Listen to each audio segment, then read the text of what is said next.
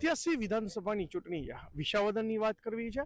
વિસાવદરના જે હું દ્રશ્ય બતાવું તમને અત્યારે મેઇન દ્રશ્ય જે તમે જોઈ શકો એ વિસાવદરના રોડ છે. તમે જોઈ શકો છો કે બરાબરનો એક માહોલ જમ્યો છે. આમ આદમી પાર્ટી, ભારતીય જનતા પાર્ટી અને કોંગ્રેસ આ ત્રણેય વચ્ચેનો ત્રિપક્ષીય જંગ છે.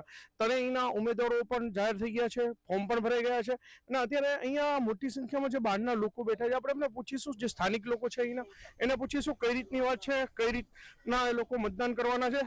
જે રીતના જોઈએ તો કઈ રીતનો ચૂંટણીનો માહોલ છે? પછી અત્યારે જે સરકારના જે વિકાસલક્ષી જે બધા મુદ્દાઓ છે એના હિસાબે બીજેપી જ વિન થશે. જે રીતના ભારતીય જનતા પાર્ટીને જોઈને મતદાન થશે કે ઉમેદવારને જોઈને? ઉમેદવાર મહાન નથી, પાર્ટી મહાન છે. હંમેશા કાયમીના ધોરણે પાર્ટી મહાન હોય. આજ કેવું માહોલ છે ચૂંટણીનો, કેવું લાગે છે? બીજેપીનું જ છે. બીજેપીના પાયાના પથ્થરો અહીંયા કાયમી લોહી રેડા છે અને કામ કર્યા છે.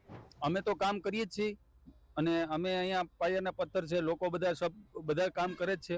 હર્ષદભાઈ રીબડિયા સામે કિરીટભાઈ હારી ગયા હતા, તો ફરીથી પાછા કઈ રીતે ચૂંટાશે? ભૂપતભાઈ નું તમે કહેતા હોય તો ભૂપતભાઈ સાથે છે તો 5-7 હજારનું માર્જિંગ હતું તો એટલું તો આરામથી એટલા મત તો મળવાના જ છે. અહીં ભારતીય જનતા પાર્ટીના કિરીટભાઈ પટેલનો જ્વલંત વિજય થવાનો છે. આમ આદમી પાર્ટીના મોટી બધી ટીમો કામ કરી રહી છે અને ગ્રામ્ય લેવલ ઉપર ક્યાંક વર્ચસ્વ દેખાઈ રહ્યું. અમારી ભારતીય જનતા પાર્ટીના દરેક કાર્યકર્તાઓ ઘર ઘર જઈ અને ભારતીય જનતા પાર્ટીની સરકારની દરેક યોજનાઓ વિશે, લાભ વિશે સમજાવે છે.